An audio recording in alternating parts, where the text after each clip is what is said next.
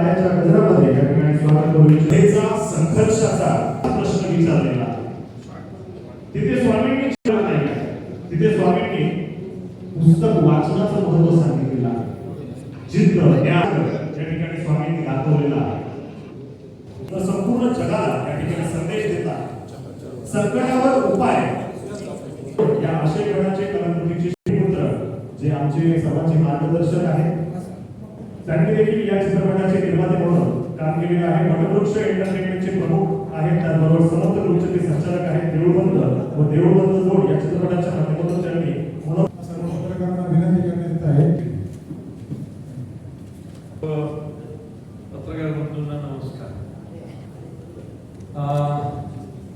यायला उशीर झाला, माफ करा, कारण 4 दिवसापूर्वी आम्ही घरातून बाहेर पडलो 10 तारखेला. कारण आपण नेहमीच बोलतोय की मराठी सिनेमानी साऊथ इंडस्ट्रीशी बरोबरी केली पाहिजे आणि बॉलिवूडशी बरोबरी केली पाहिजे, असं आपल्या एक चर्चा असतात बघा नेहमीची. तर आम्ही थोडीशी कारणं शोधली की बाबा काय साऊथ इंडस्ट्री म्हणजे काय, ती का मोठी, बॉलिवूड म्हणजे काय. बॉलिवूडचं तर सोडून देऊ, कारण ते देशभराचं कलेक्शन असतं नाही का, देशभराच्या प्रत्येक राज्याचं मिळून ते असतं, त्यामुळे त्यांना आपल्याशी कंपेअर करायला. पण जी तमिळ, कन्नड, तेलुगू, मल्याळम अशी 4 राज्य मिळून एकत्र बांधली गेली. लक्षात आलं की तिथला कलाकार, तिथला लेखक दिग्दर्शक आणि तिथला सिनेमा हा तिथल्या मातीशी संबंधित आहे. तिथली माती आहे, तिथला भाषा, तिथलं पेहराव, तिथलं अन्न, तिथले अन्न पदार्थ हे त्यांच्या सिनेमातून दिसतात. कपाळाचा गंध दिसतो, लुंगी दिसते, देवदेवता दिसतात, त्याच्यावरची गाणी दिसतात आणि ती सुपरहिट होतात. आणि ती तिथं सुपरहिट झाली की जगभर पण सुपरहिट होत आहे. मग थोडं आपण परीक्षण केल्यानंतर लक्षात आलं की निदान माझ्या पुरतं हे मी माझ्या पुरतं सांगतो की माझा सिनेमा मातीशी संबंधित होता पहिल्यापासूनच. देऊळबंद पहिला, मुळशी कायतर, बेलराव, धर्मवीर सिनेमे चांगले सुपरहिट झाले. त्यामुळे मी तक्रार अशी करणार नाही की माझा सिनेमाला स्क्रीन मिळाला नाही, माझा सिनेमा बघितला नाही, कारण या आधीचे 5 सिनेमे सुपरहिट झाले. ते हात ब्लॉक बसलं. मराठी मातीचा असतो, मराठी माणसांचा असतो, पण मी त्या मराठी माणसांपर्यंत पोहोचत होतो का संपूर्ण महाराष्ट्रात. सायमल्टेनियसली साऊथ इंडस्ट्रीचा अभ्यास केला, लक्षात आलं अरेच्या हेतरपार त्यांच्या प्रत्येक गावात, खेड्यात, पाड्यात माहिती आहे, जात आहे. मग या सिनेमाला मी असं ठरवलं की पुण्या मुंबईच्या बाहेर सिनेमा गेलाय कुठं. कलाकार मुंबईतला प्रीमियर, पुण्यातला प्रीमियर ह्याच्या पलीकडे पुढे गेले. नागपूरच्या सगळ्या प्रेस, तिथल्या थिएटर व्हिजिट केल्या, लोक खुश झाली. आणि मला कळलं की पण मराठी माणूस मोठ्या संख्येने येतोय सिनेमा पाहायला, आपण त्याच्याकडे जात नव्हतो. मी येणार हे कळलं, शो हाऊसफुल व्हायला लागलं. मी तिथं परवा दिवशी गेलो, 3 दिवस शो हाऊसफुलचा. हे थिएटर आहे आणि माझ्यासाठी देव त्या थिएटरमध्ये सिनेमा पाहायला येणारा प्रेक्षक. म्हणजे इथं थिएटर आहे आणि इथं मंदिर आहे. मी यांना म्हटलं नको, निघू रात्रीत निघालो जळगावला. रात्री 11:30 वाजता फुल खचाखच थिएटर भरलेले, 700-800 लोक प्रत्येक स्क्रीनला. त्या सगळ्या लोकांबरोबर बसून सिनेमा मी म्हटलं नाही आता इथंच थांबायचं, मस्त मी आलो ना, काही करायची नाही. 700-800 लोक आलेत ना, आपण येणार म्हणून सिनेमा पाहिला. मी 800 लोकांबरोबर फोटो काढले, सगळ्या कुटुंबांबरोबर फोटो काढले. थांबून लोक खुश. 2 तास लेट झाला. तात्पर्य काय, महाराष्ट्रातला मराठी प्रेक्षक कलाकारांची वाढ होती. लोक जातच नव्हती. सिनेमा ब्लॉकबस्टर होण्यात आता बघा ना, 4 दिवस झालं कलेक्शन नागपूर, अमरावती, अंमळनेर इकडनं जास्त यायला लागले. म्हणजे लोक वाट पाहत होते. आता खर्च जाऊन जो काही नफा होईल तो आत्महत्याग्रस्त शेतकऱ्यांच्या पोरापोरीच्या शिक्षणाला देऊन टाकला. सिनेमा 100 कोटीवर जायचं कारण हे असेल, एकतर हे फेवर, हा दृष्टिकोन, हे सगळं घडतं ना साऊथ मध्ये. तिथले नटनटे चॅरिटी करताय. आता नटनट्यांचं मी बोलत नाही कारण आम्हाला नटनट्यांकडे पैसे नाही, चॅरिटी कोण करणार, आम्हाला चॅरिटीची वेळी, बरोबर की नाही. पण आला ना एक निर्माता कैलास वाणी नावाचा, तो म्हटला की नाही पिक्चर शेतकऱ्यांवर गेलता ना, त्यातनं जे उत्पन्न येणार आत्महत्याग्रस्त शेतकऱ्यांच्या पोरापोरींच्या शिक्षणासाठी देऊन टाकणार. हेतू कदाचित ही कारण आहेत, त्या कारणांच्या आपण जवळ जाण्याचा या निमित्तानं प्रयत्न केला. आणि या सिनेमाचं यश हे तुम्ही आम्ही सेलिब्रेट केलं. एक लक्षात ठेवा, 2 सिनेमे बरोबर, आता तिसरा त्या दिशेने चाललाय आणि 92 कोटीवर येऊन थांबला होता. बाई पण भारी देवा.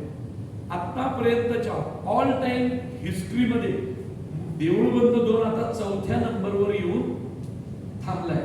पण तुम्हाला माहिती आहे हे यश सेलिब्रेट केलं पाहिजे तुम्ही आम्ही. याचं कारण काय माहितीये, आधीचे 3 सिनेमे हे मोठे चॅनलचे, आधीचे 3 सिनेमे हे मोठमोठे चॅनलचे, त्यांच्या मागं पब्लिसिटीसाठी रोज पगार येणाऱ्या मोठमोठ्या यंत्रणा आहेत. त्या चॅनलनी एक फोन केला की सगळे सेलिब्रिटी पाहिजे देतात, इच्छा असो नसो, आणि सगळे मिळून झटतात कारण चॅनल काम देतं सगळ्यांना. आपल्याकडे कुणी मोठा सेलिब्रिटी नाही, चॅनल नाही, कॉर्पोरेट कंपनी नाही, पब्लिसिटीसाठी हजारो माणसं नाही, कुणीही नाहीये. एकच गोष्ट आहे, अत्यंत प्रांजळ भावना असलेला निर्माता, मातीशी नाता असणारा लेखक दिग्दर्शक, एक मोहन जोशी तब्येतीमुळे बाहेर पडू शकत.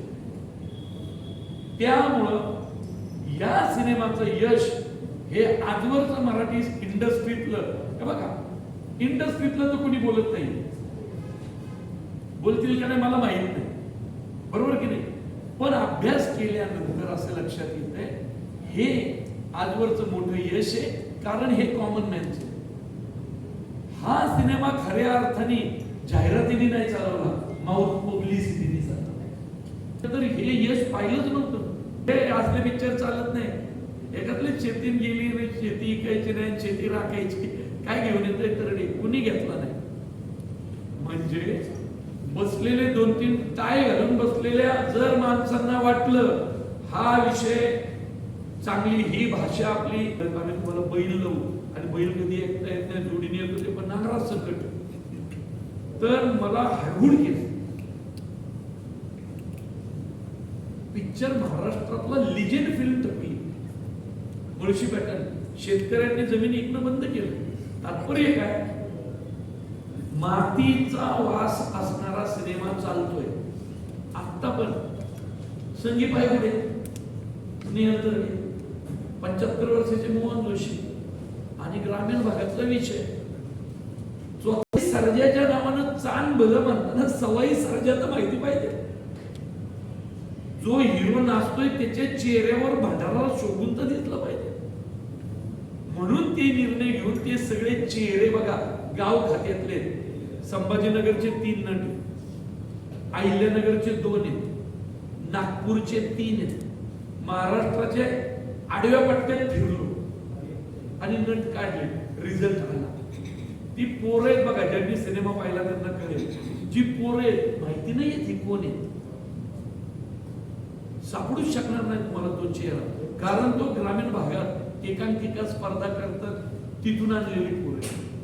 तात्पर्य काय, तर देऊळ बंदच्या यशात या सगळ्या प्रवासाचा, वेगळ्या पब्लिसिटीचा वाटा आहे, वेगळ्या दृष्टिकोनाचा वाटा आहे.